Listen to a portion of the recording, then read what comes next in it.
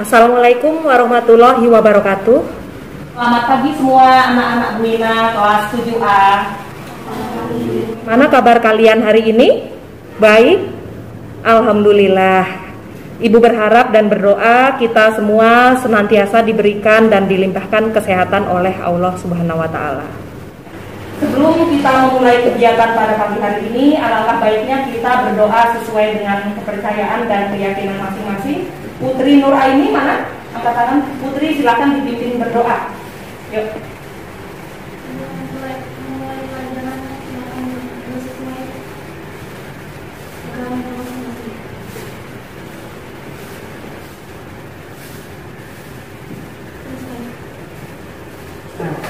Jangan lupa nanti ketika selama kegiatan berlangsung patuhi protokol kesehatan, pakai masker ya nak.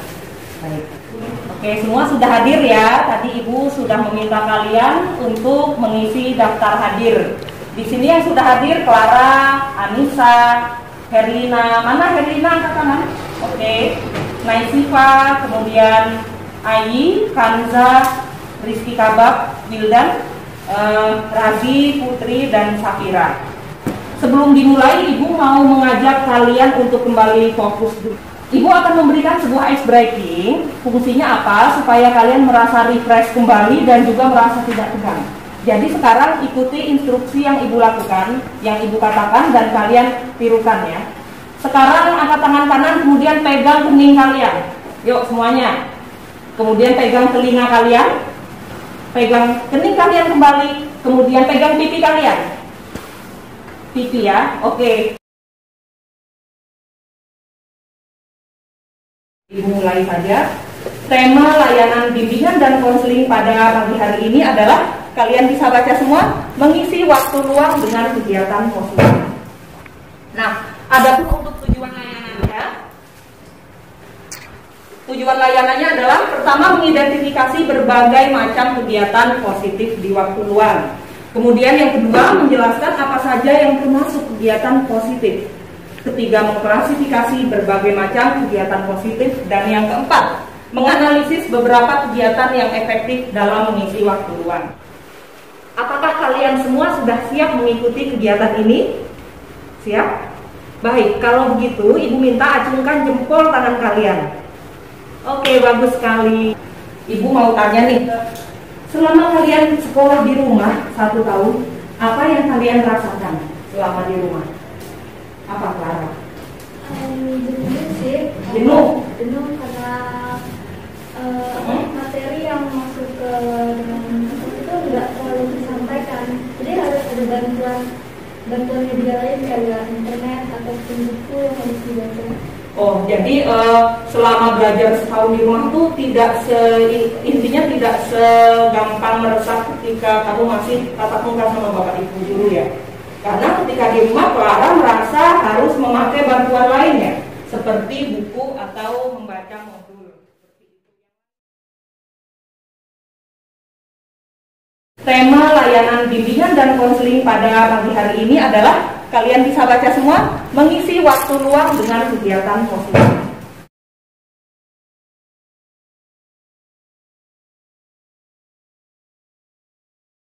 Mungkin kalian pernah mendengar tentang kegiatan positif. Coba salah satu dari kalian angkat tangan dan sebutkan contoh kegiatan positif yang pernah kamu lakukan.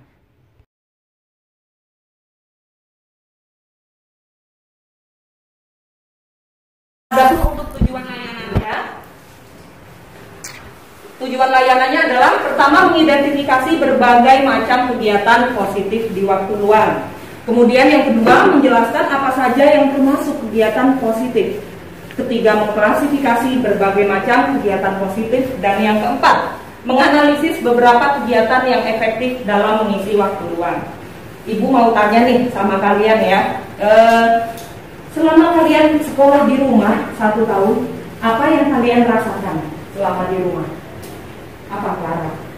Jenuh sih. Jenuh? Jenuh karena materi yang masuk ke dalam itu nggak terlalu disampaikan.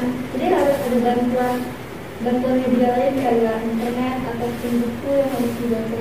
Oh, jadi selama belajar setahun di rumah tuh intinya tidak segampang meresap ketika kamu masih tatap muka sama bapak ibu dulu ya. Karena ketika di rumah Clara merasa harus memakai bantuan lainnya, seperti buku atau membaca modul. Kansa, bagaimana menurut kamu selama 1 tahun belajar di rumah nih? Stres atau bosan sih, lebih ke jenuh, cuma ngerjain tugas jawab, ngerjain tugas jawab, terus ya gitu-gitu. Beda sama ketika masih tatap muka nggak rasanya belajarnya? Bedanya apa? Lebih sendiri, mandiri kan biasanya bareng. Oh, lebih mandiri ya. Jadi ketika kalian belajar di rumah, udah setahun lamanya kalian belajar dari rumah, kalian tentu saja lebih banyak memiliki waktu luang ya, dibandingkan ketika kalian masih belajar tatap muka.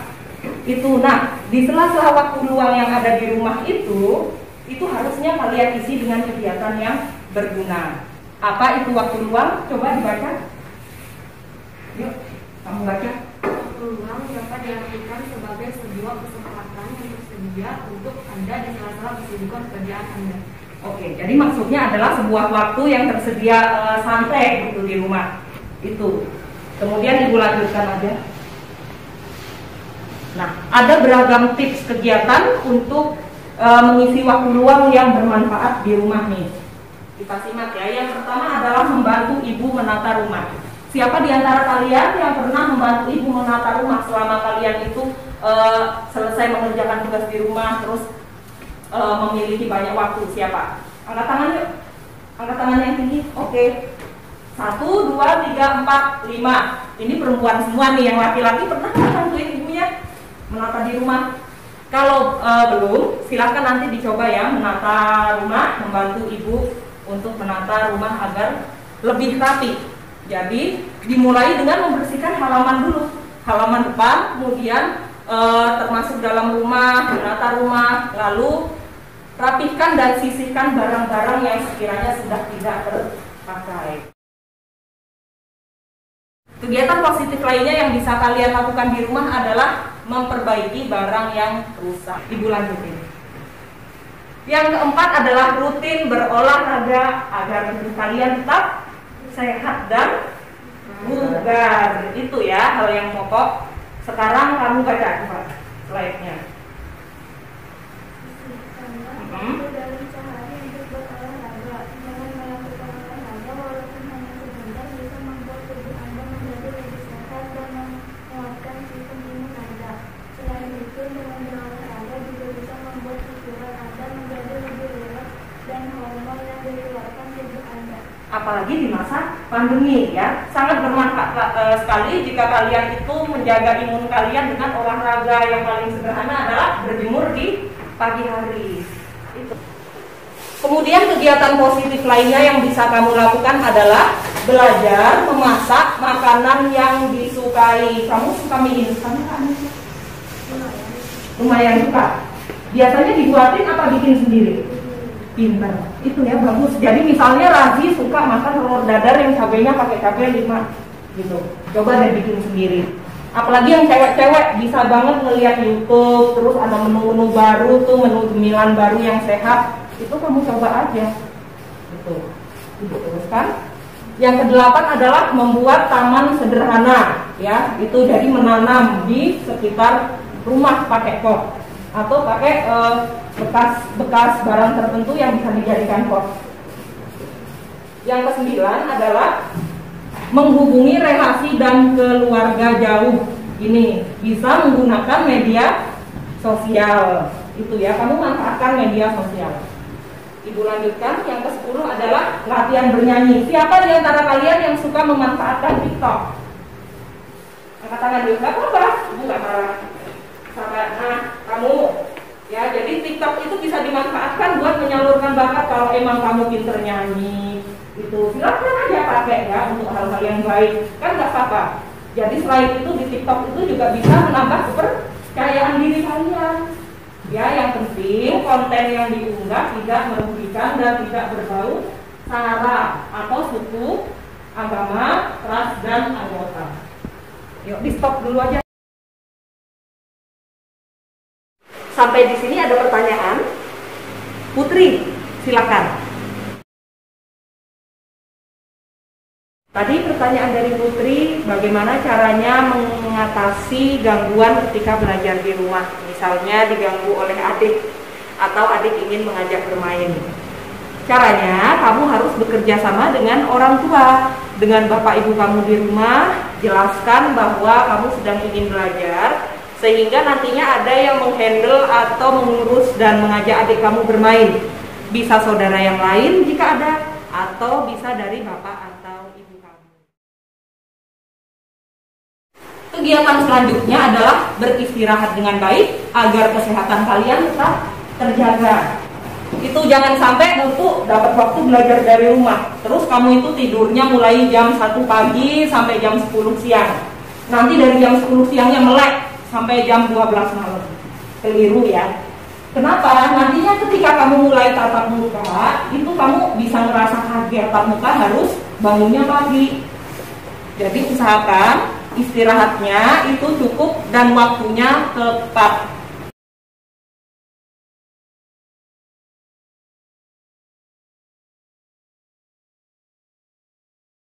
Nah, sekarang tugas kalian adalah ya, kalian siapkan kertas sama bolpen di atas meja masing-masing. Kemudian ibu mau mengajak kalian melakukan atau menulis jurnal diri ya, jurnal diri. Yang intinya adalah gini, apakah belajar online itu bikin kamu jenuh ketika di rumah? Lalu coba tuliskan perasaan kamu selama 1 tahun ini tidak sekolah tatap muka. Lalu apa yang membuat kamu merasa jenuh atau stres ketika belajar di rumah? Di masing-masing buku yang kalian miliki di buku tulis, buatlah jurnal diri berisi renungan mengenai belajar online yang menurut kalian bikin jenuh. Lalu tuliskan perasaan kamu selama 1 tahun ini tidak sekolah tatap muka, apa yang bikin kamu stres dan bosan. Lalu langkah apa yang kamu lakukan supaya waktu luangmu lebih berguna ketika di rumah. Masing-masing dari kalian merefleksikan perasaannya.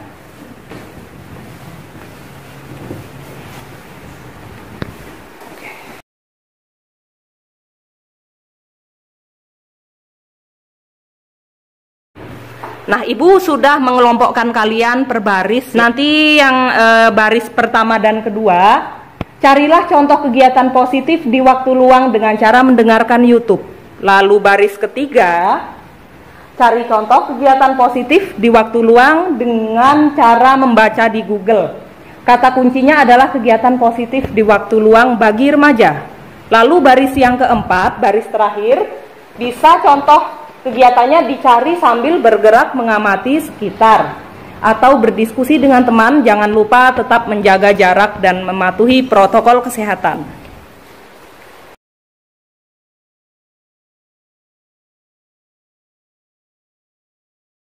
Oke, sudah semuanya ya. Tadi Ibu sudah berkeliling. Alhamdulillah kalian masing-masing sudah membuat jurnal diri. Nah, sekarang Ibu mau minta perwakilan dari kalian untuk membacakan hasil jurnal diri yang sudah kalian buat. Siapa?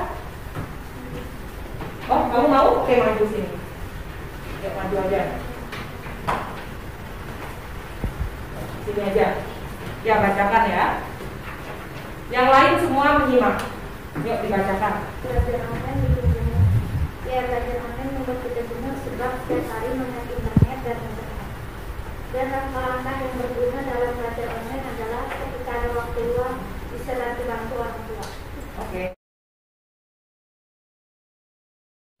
Ibu menangkap jawaban kalian bahwa banyak di antara kalian yang merasa jenuh. Tapi yakinlah bahwa selalu ada hikmah di balik semuanya ini, di mana kalian itu memiliki banyak waktu luang bersama keluarga ya di rumah, dan itu tadi bisa dimaksimalkan waktunya untuk melakukan hal-hal yang positif dan berguna.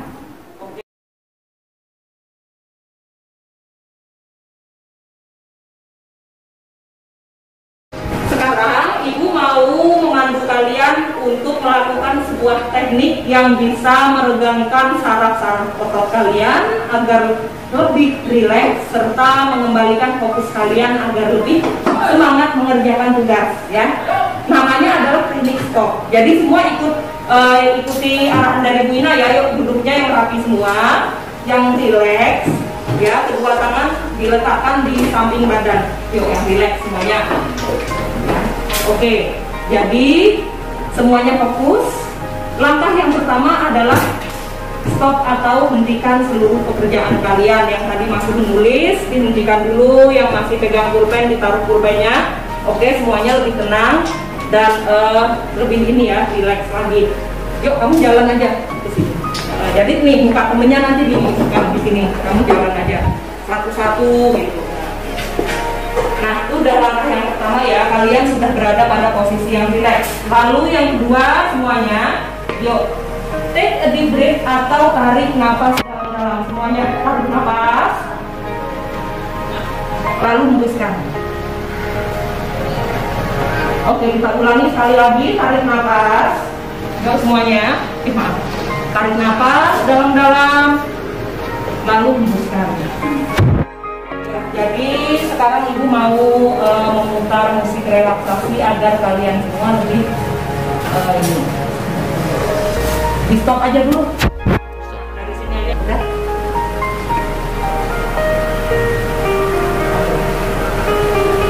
Udah ya? Udah. Langkah yang ketiga adalah kalian mengamati reaksi yang dialami oleh tubuh kalian dari seluruh pikiran kalian, kemudian tubuh kalian dan jiwa kalian. Kalian resapi baik-baik.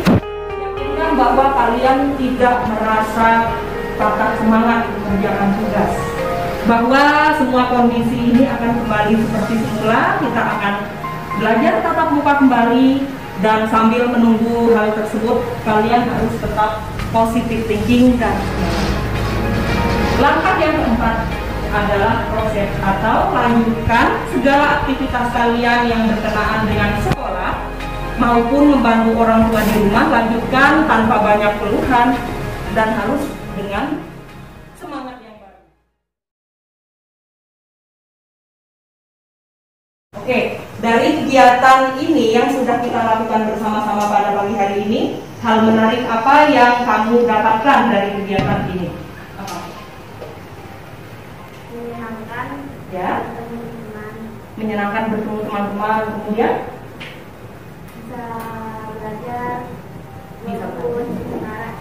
bisa belajar ya walaupun sementara. Kalau menurut kamu apa hal menarik yang kamu temui di pagi ini? Mendapat semangat baru. Berarti hal yang menarik yang kamu dapatkan mendapat semangat baru ya, apalagi bisa berjumpa teman-teman. Kalau buat kamu apa? Menyenangkan, ya menyenangkan. Lalu kesimpulan apa yang bisa kita ambil dari kegiatan ini? Menyenangkan, terus positif juga bisa diambil untuk kita sehat. Oke, sip. Tetap semangat ya. Apa yang bisa Wildan dapatkan dari materi kegiatan pada pagi hari ini? Ya bisa ini apa, bertemu dengan teman-teman, Ya. bisa belajar bersama, bisa mendapatkan tips waktu luang. Oke. Ya, jangan lupa nanti di rumah dipraktekkan ya Wildan ya. Ya. Supaya semakin rajin. Kesimpulannya apa lagi menurut kamu materi tadi? Apa? Ya. Melakukan hal yang positif sehingga tidak merasa jenuh atau tidak merasa bosan. Nanti kalian akan Ibu minta untuk mengisi umpan balik yang sudah Ibu buat di Google Form, lalu dimanfaatkan lewat WhatsApp group. Ya, nanti Ibu sharing di WhatsApp group gitu. Oke? Kegiatan kita pada pagi hari ini sudah berakhir, dan untuk menutup kegiatan yang sudah kita lakukan ditutup dengan doa bersama. Yuk, Ibu minta Razi untuk memimpin doa bersama menutup kegiatan. Ayo Razi. Untuk mengakhiri pelajaran, Untuk mengakhiri pelajaran, silakan berdoa untuk berikan aku